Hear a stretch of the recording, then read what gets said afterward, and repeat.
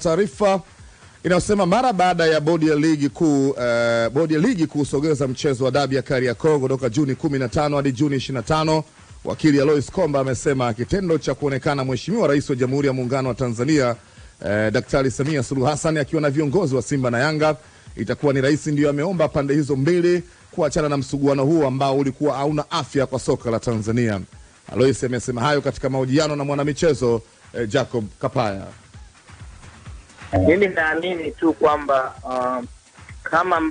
kama mkuu wa nchi amewaita, hiyo mechi itachezwa, na sisi tunahitaji mechi ichezwe, na ndio ilikuwa hata msimamo wangu mimi kwamba mwisho wa siku mechi ichezwe na ligi ishe vizuri, mahesabu yapigwe vizuri, tujue bingwa ni nani. Haya mambo mengine yanaweza wakayafuatilia baadaye, kwa sababu mimi siamini viongozi wa bodi ya ligi kwa blanda walioifanya, na hata TFF yenyewe akiwemo Rais Karia ambaye naamini ndiye ameenda hata kwa rais kuomba, kwa sababu ifikia stage yeye hawezi kusolve. Unaona lazima ameziona mamlaka mwenyewe, na kwa sababu naye ni mtu wa serikali tena wa ngazi ya juu, na for the peace of this country, na kwa amani ya nchi yetu, kisiasa, kiuchumi, kijamii, hizi klabu mbili zinadetermine hata utulivu wa nchi. Matamko walikuwa wanatoa kina Ali Kamwe, matamko mazito, yalikuwa mazito kiasi mpaka tunashangaa. Umenielewa? Halafu humo wakaanza kutoleana siri zao, yani siri za mambo ya fedha ambazo zinasema pande zote mbili walikuwa nakubaliana, wakaanza kuchibuana. Sasa that was not proper, na sisi wengine tunasema pana, mpira uchezwe, ila tuamini bodi ya ligi ilikengeuka, Simba walikengeuka, Yanga nao kwa namna yao. Kwa hiyo mwisho wa siku msimu uishe, tujue wanajipangaje. Ni funzo kwa TFF na bodi ya ligi, funzo kwa vilabu vyetu. Licha ya kusogezwa mbele kwa mchezo, Yanga bado wana haki ya kudai matakwa yao kwa bodi ya ligi na TFF. Mamlaka ya nchi huwezi kuiquestion. Ndio kwa maana nilikwambia kwa hilo la kucheza tu halina shida, lakini kuboresha kanuni kwa mbele, Yanga wataendelea na migomo yao. Kwa mfano wamesema bodi ya ligi haipo huru, and it is true. Na mimi ambaye nimekuwa kiongozi ndani ya TFF nikiongoza baadhi ya hizo kanuni, najua practically sasa ninachosema mimi kwamba tutenganisho walivyoamua kumsikiliza rais na kucheza mpira, mamlaka ya rais imefuatwa, lakini haijaondoa ubovu uliopo.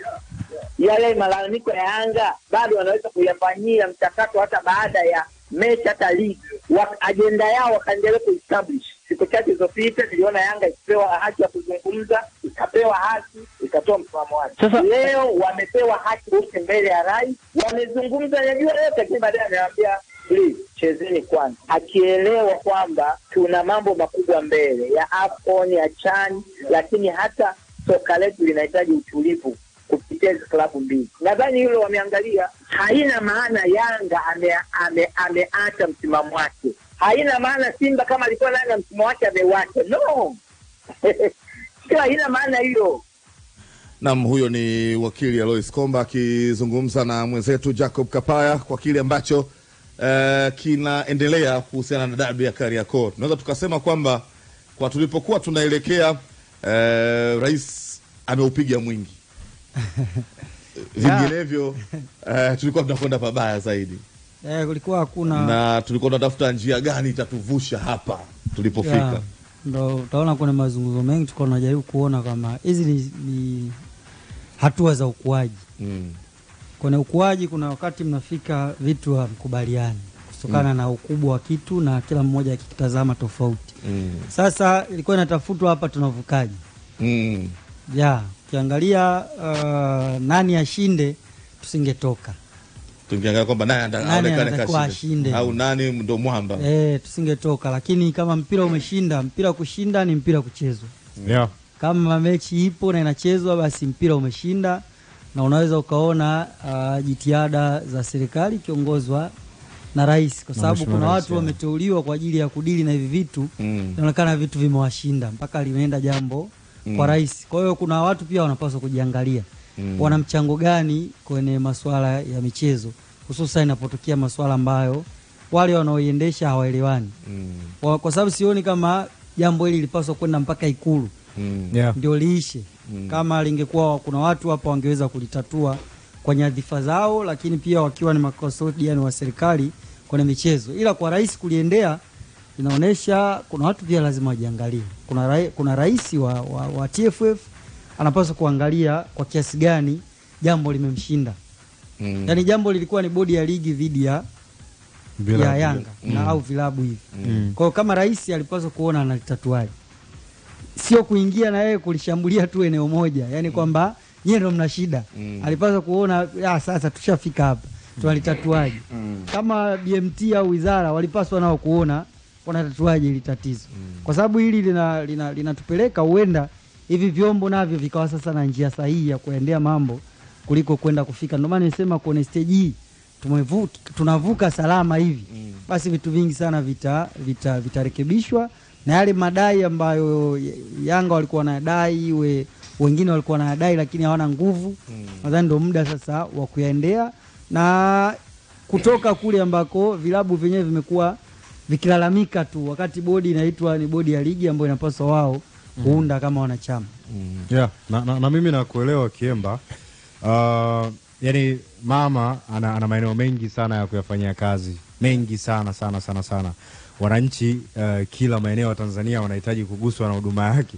Sasa kama sisi wana michezo pia tukiwa tunampa mzigo mzito ili hadi tuna rais wetu, inakuwa ni kama sio fair kwake kiasi fulani. Japokuwa of course tunampa pongezi na tunashukuru kwa kuweza kututatulia hili swala hatimaye sasa limelala. Kila mtu ameondoka na amani.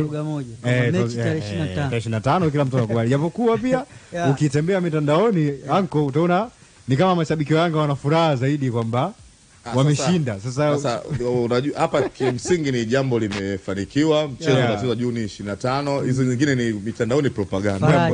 Kila mtu ajifariji anapojua yeye. Unaweza ukatengeneza furaha hizi nyepesi hujapata furaha ukaitafutia furaha kwenye jambo hili. Namna wewe utakapolitwist. Unajua wakati mwingine furaha ni akili yako unaweza kulipokea jambo na kutafsiri unajifurahishaje. Kwa hiyo kimsingi ni kwamba mchezo umeshinda, game itapigwa, kwa sababu ilikuwa tunawaza hapa as if kwamba nini kingetokea huyu kuna, yani ilikuwa kama ugomvi ukitoka huku unahamia huku ambao ni ugomvi ule wasichezi.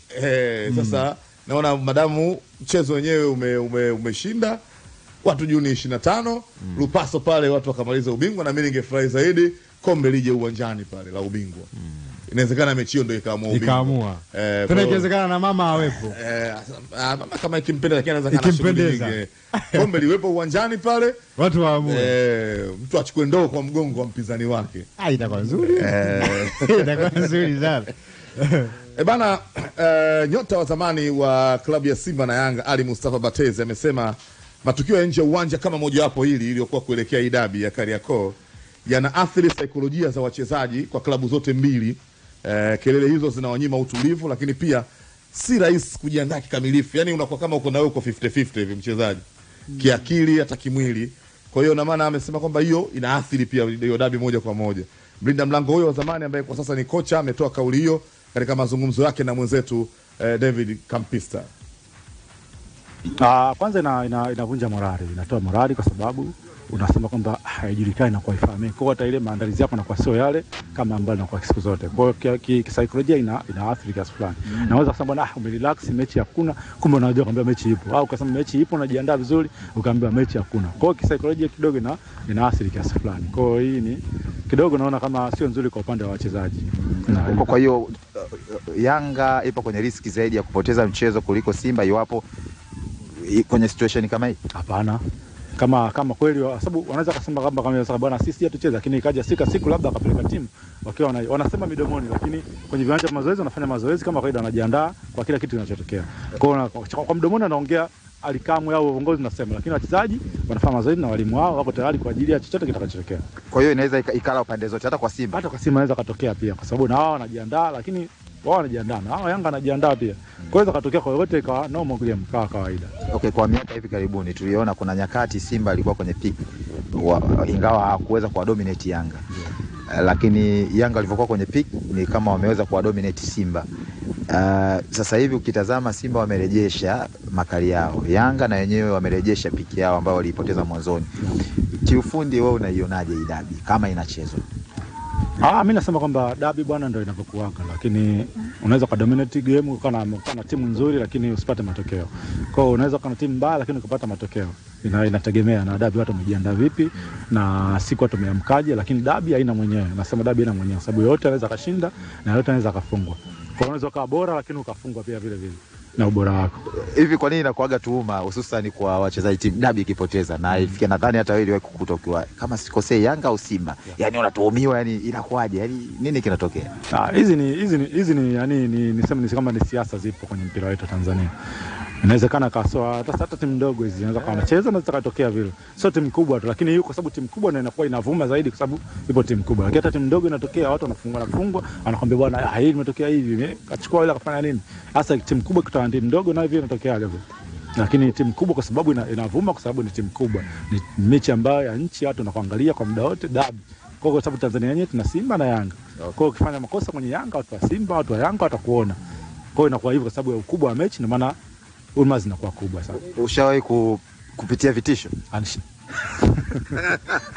Vitisho mimi sijawahi kupitia, lakini nasikia tu kwa mtu hawezi kuja kukwambia moja kwa moja. Atasema tu bwana zito pale, lakini kwa upande wangu mimi mtu labda hajaja kunifuata mtu kuniambia hivi bwana hichi na hivi, hapana. Sijawahi kufuatwa kuambiwa.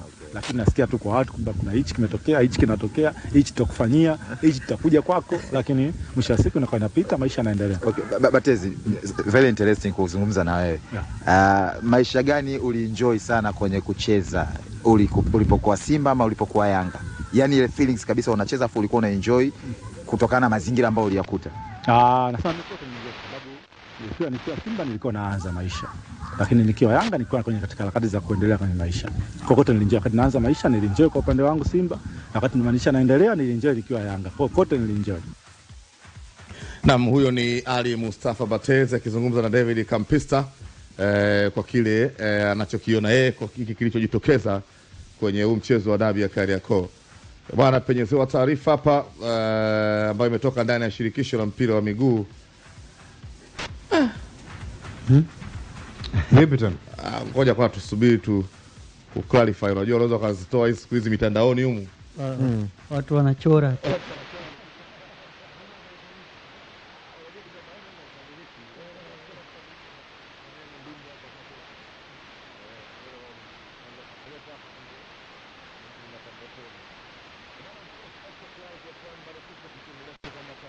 Za michezo, mzuka wa ushindi unaendelea na Leonbet, simba la mikeka nchini Tanzania. Wiki hii kuna mechi kibao za kusuka mikeka ya ushindi kwenye michuano mbalimbali duniani. Ofa kibao kwenye kasino. Leonbet wanakwambia ni ndani ya tovuti yao pekee unaweza kufurahia odds za kibabe na malipo faster. Masoko kibao, yani options za kutosha kwenye kila mchezo. Bonus kibao kila siku na kuonyesha hawana utani. Ukijisajili muda huu kupitia leonbet.co.tz na kuweka promo code 1313 unajipa nafasi ya kujipatia ofa na bonus za kipekee kabisa. Unapoweka mikeka yako ya kawaida kwenye michezo, Leonbet wanakuongezea ushindi wako hadi 1000% kwa Win Boost. Ushindi wako unaweza kuongezwa manake maradufu. Huku longolongo za malipo hakuna, yani filimbi ya mwisho tu ikilia papo hapo mkwanja wako umeingia.